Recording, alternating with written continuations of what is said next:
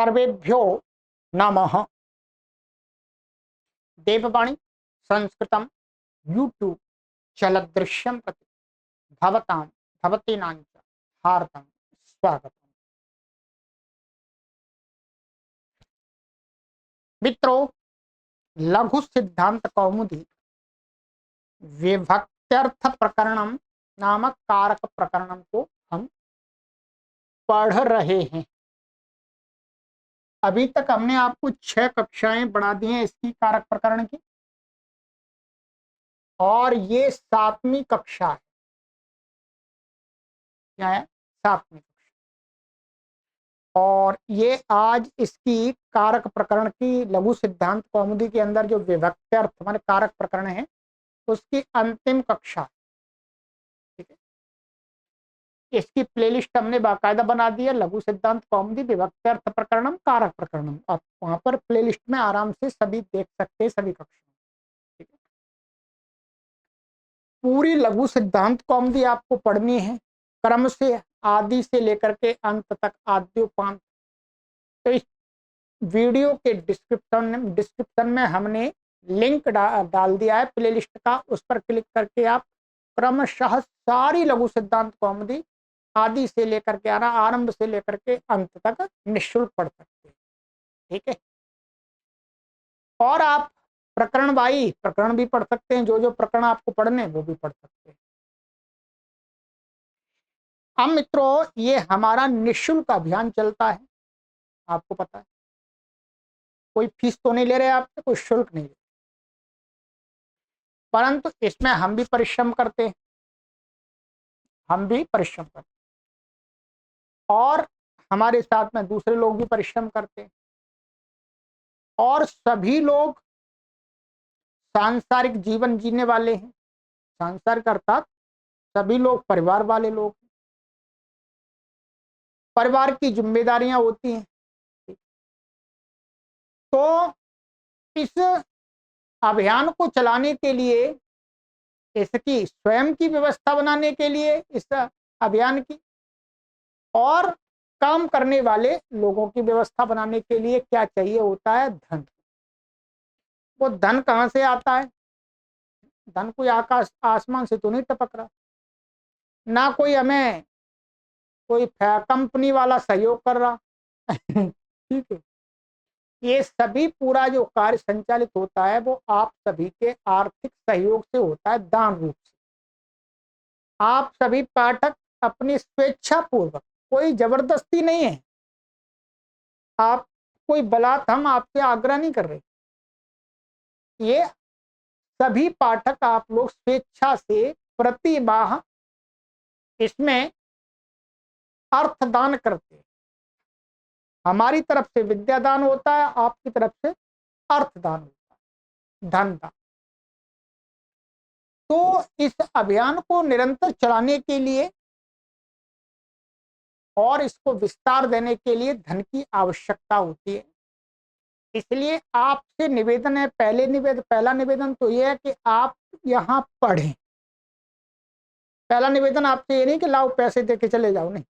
पहला हमारा निवेदन आपसे होता है कि आप यहाँ पर पढ़ें, आपको जो पढ़ना है वो पढ़ें। ठीक है, हम जो पढ़ाते हैं वो आप यहाँ पढ़िए। उसके बाद में आप दूसरे लोगों को प्रेरणा दीजिएगा कि वो यहाँ पर आके पढ़े। ठीक है, तदुपरांत आपसे अपेक्षा की जाती है कि आप इस कार्य को चलाने के लिए अपना आर्थिक सहयोग, हमारे इस अभियान में आप मासिक सदस्य बन जाइएगा। ठीक है, क्या बन जाइएगा? आप मासिक सदस्य। ये हम इसका मासिक सदस्य बनिए। देववाणी संस्कृतम ई गुरुकुलम ऑनलाइन निःशुल्क संस्कृत शिक्षण संस्थान। ठीक है, मासिक सदस्य बनने के लिए आपको कुछ भी नहीं करना, हमने अकाउंट में डिटेल डाल दी है वहां पर, अथवा सबसे सरल तरीका ये है, गूगल पे, फोन पे, पेटीएम 9582104261, ये इससे आप सीधा हमें अपना सहयोग भेज सकते हैं। आप यदि विदेश में रहते हैं तो आप हमसे इसी व्हाट्सएप नंबर पर संपर्क कर लीजिएगा, तो हम आपको पूरा डिटेल भी बता देंगे कैसे आप हमारा सहयोग कर सकते हैं। बस सहयोग आप अवश्य करें, ऐसे ऐसी भी अपेक्षा की जाती है, क्योंकि हम किसी स्वार्थ के कारण से ये कार्य नहीं कर रहे, संस्कृत माता की सेवा में ये कार्य कर रहे हैं। ठीक है, सरलता से। और आप ये क्यूआर कोड है, इसको आप स्कैन करके कर सकते हैं। प्रति माह जब भी आपको अनुकूलता हो तब आप करें। यदि आप प्रति माह नहीं कर सकते हैं तो वर्ष में एक बार कर दीजिएगा, 6 महीने में एक बार कर दीजिएगा, 3 महीने में एक बार कर दीजिएगा। ठीक है, यदि आप प्रति माह करने में मतलब आपको परेशानी होती है तो आप ऐसे भी कर सकते हैं। चलिए अब चलते हैं आगे।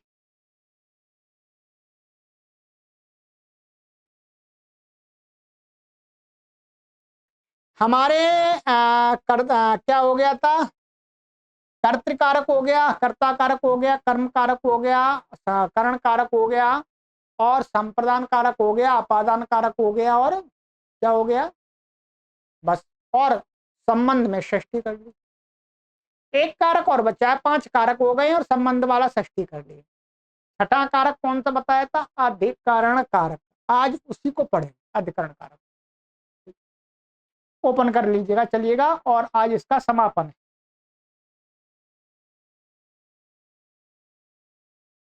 और आप इस कोर्स को अपने मित्रों को अवश्य शेयर करते रहें। अंतिम कारक है हमारा अधिकरण कारक। चलिएगा, तो अधिकरण यहाँ पर जो बताया है, इसके लिए जो सूत्र लिया है आचार्य वरदराज महाराज जी ने, आधारोधिकरणम, ये सूत्र लिया है।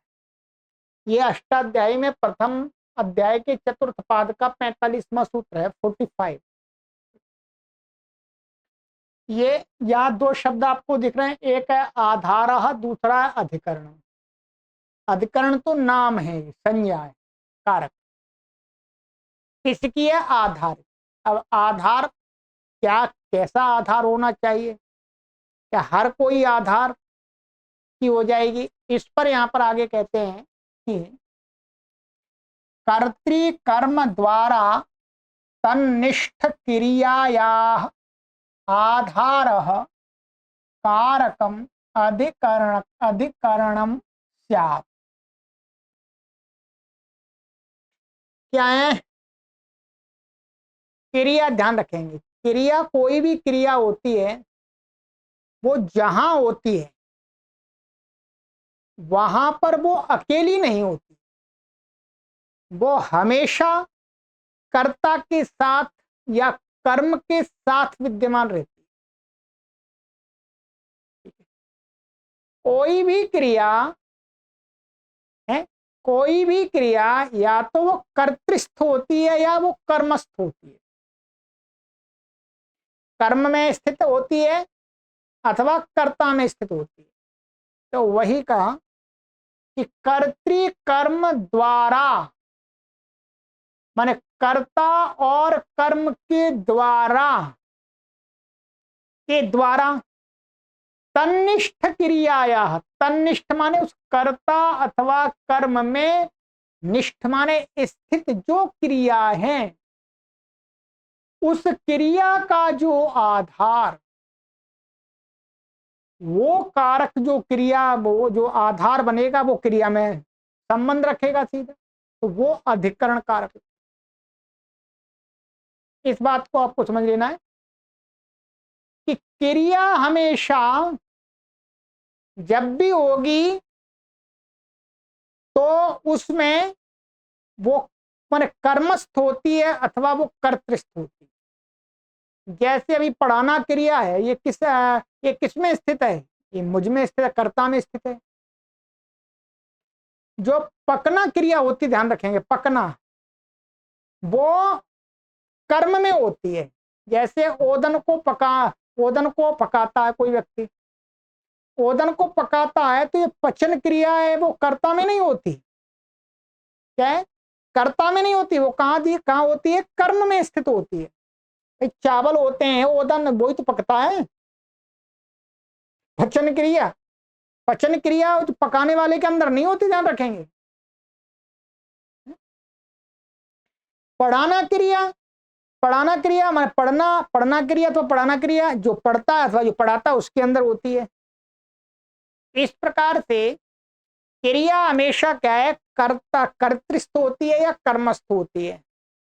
कर्तृस्थ कर्मस्थ जो क्रिया उसके द्वारा उसमें स्थित, माने कर्ता में स्थित और कर्म में स्थित जो क्रिया का जो आधार होता है, माने कर्ता के अंदर जो क्रिया हो रही है वो जहां हो रही है, ठीक है, तो वो आधार क्या बनता है, वो होता है क्या बोलते हैं, अधिकरण कारक।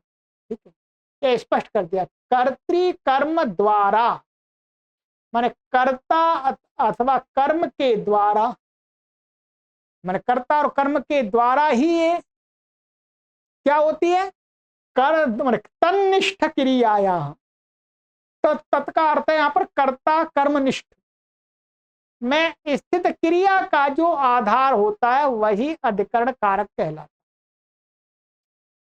अब इतना हो गया, अभी उदाहरण में और घटा और बता देंगे अभी, ठीक है। अब ये कहते हैं अधिकरण कारक में कौन सी व्यक्ति होती है, तो कहते हैं सप्तम्यधिकरणे च, सप्तम्यधिकरणे च, सप्तमी अधिकरणे च माने अधिकरण कारक में सप्तमी होती है, और च से ऊपर से और एक सूत्र में से अनुवृत्ति आ रही है, वो अर्थ बता देंगे। कहते हैं अधिकरणे का सप्तमी स्यात् चकारात् दूरांतिकार्थेभ्यः।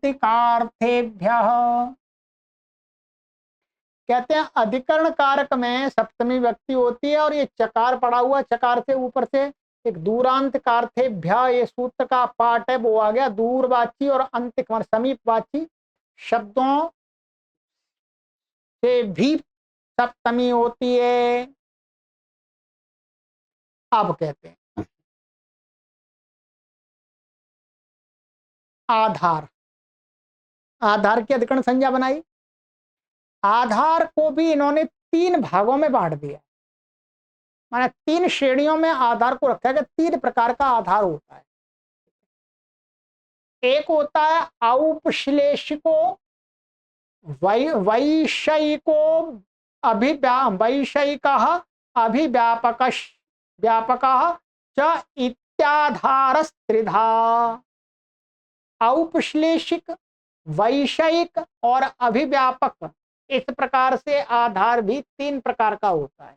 तो ऊपर वाला जो आधार बताया था अभी, कर्तृस्थ और कर्मस्थ क्रिया का जो आधार वो तीन प्रकार का होता है, ठीक है।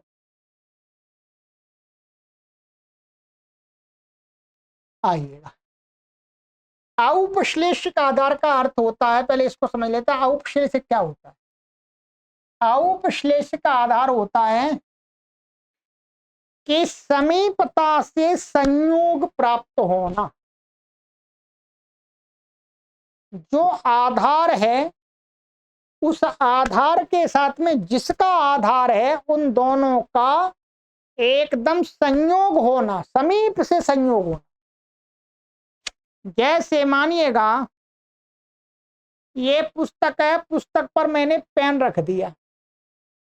अब ये पेन का आधार जो पुस्तक है, पेन का जो आधार पुस्तक है, ये कैसा हो गया, औपश्लेषिक आधार, अर्थात ये बिल्कुल इससे संयुक्त है, बिल्कुल समीपता से श्लिष्ट है ये,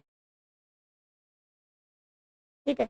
इस प्रकार का जो आधार होता है वो क्या होता है, औपश्लेषिक, ध्यान रखेंगे, माने संयोग संबंध मूलक आधार, ऐसा कह सकते हैं। एक दूसरा आधार होता है वैषयिक, माने विषय रूपी।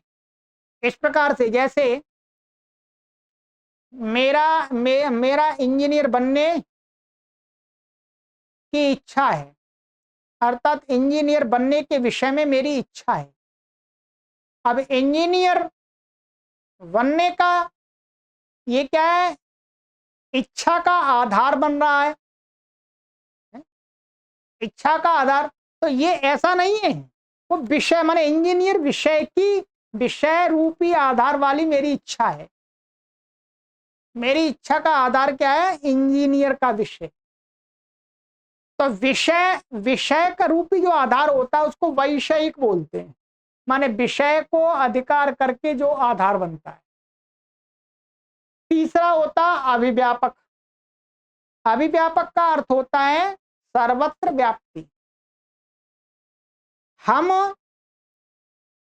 जो आधार बता रहे हैं और जिसका आधार बता रहे हैं, तो जिसका आधार बता रहे हैं वो आधे माने आधार और आधे, जो आधे है वो आधार में सर्वत्र व्याप्त रहता है। जैसे मोटा सा उदाहरण मानिएगा कि दूध हो, दूध,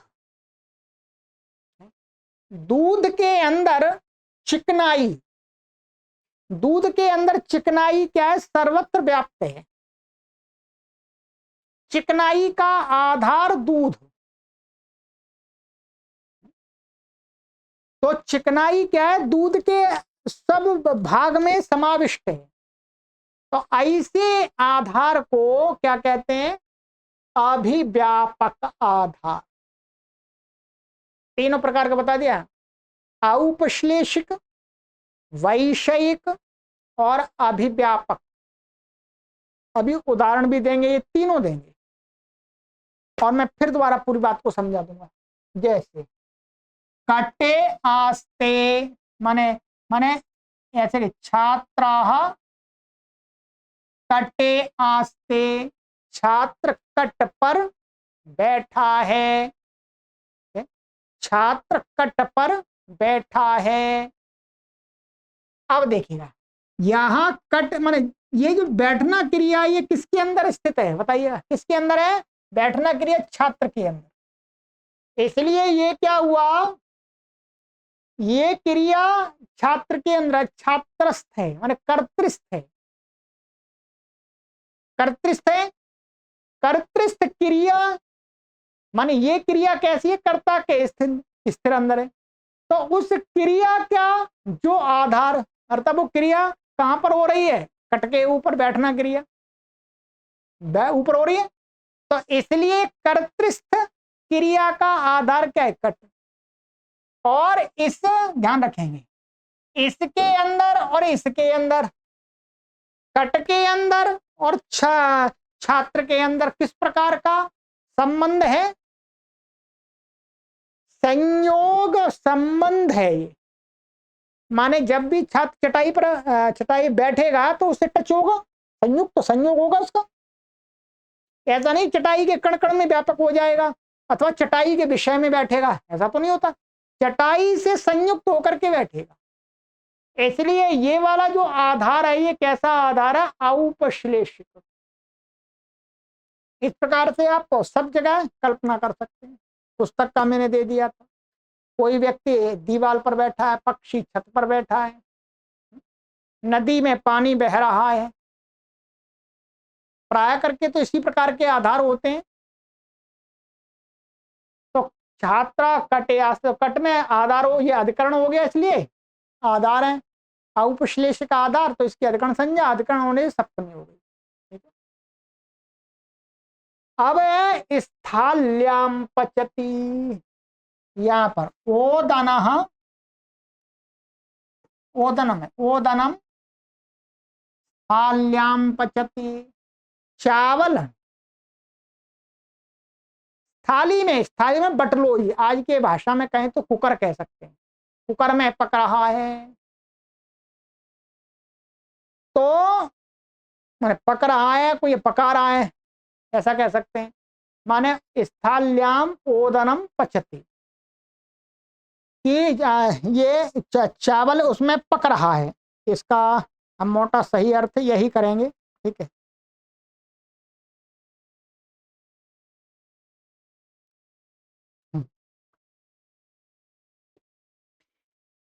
ये क्या बात, ये पच धातु का ये वास्तव में क्या बनता है? कर्म बनता है।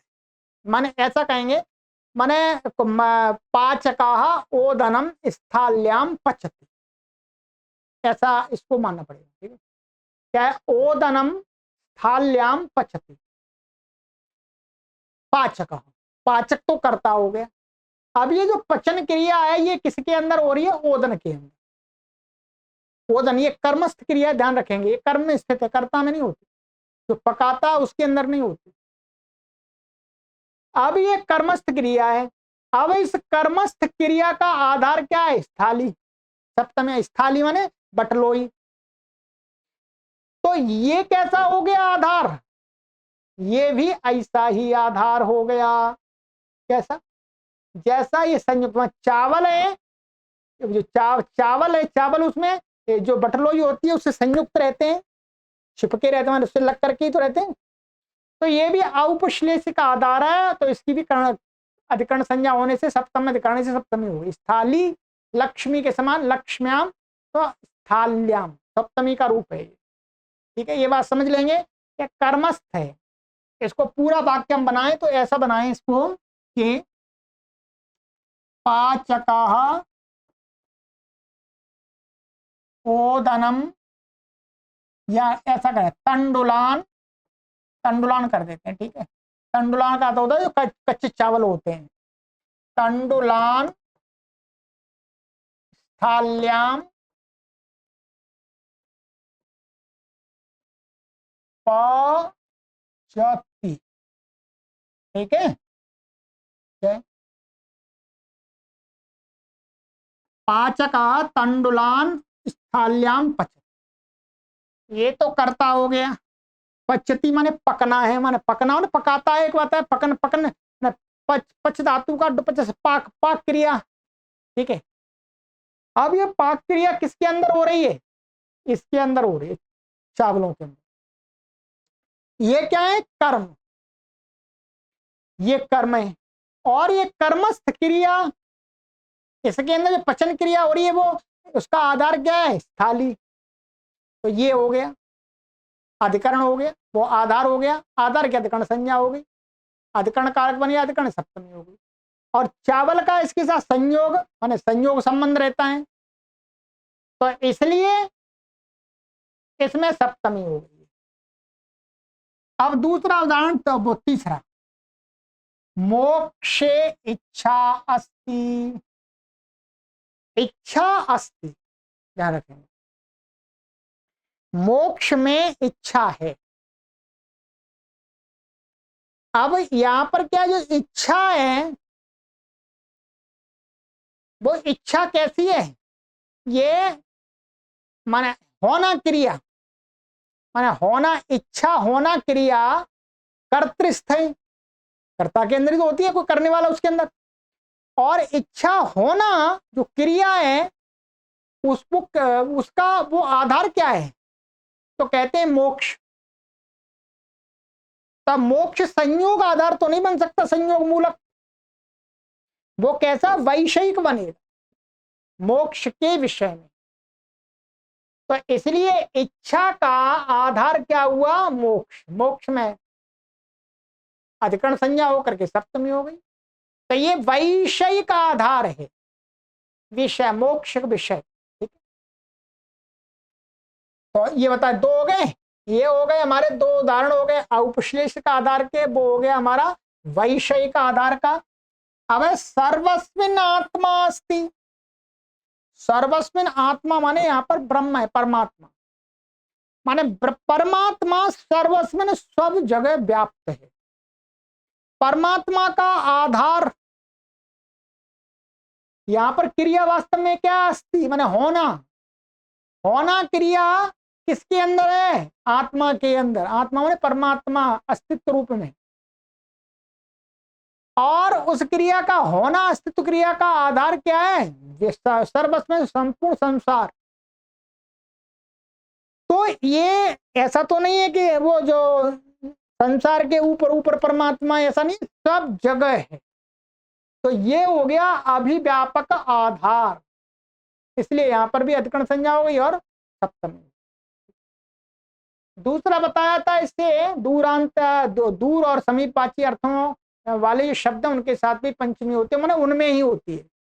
तो वनस्य दूरे, अंतिके वा, वन के दूर अथवा समीप, तो इसमें सप्तमी हो गई, इसमें सप्तमी हो गई। ठीक है,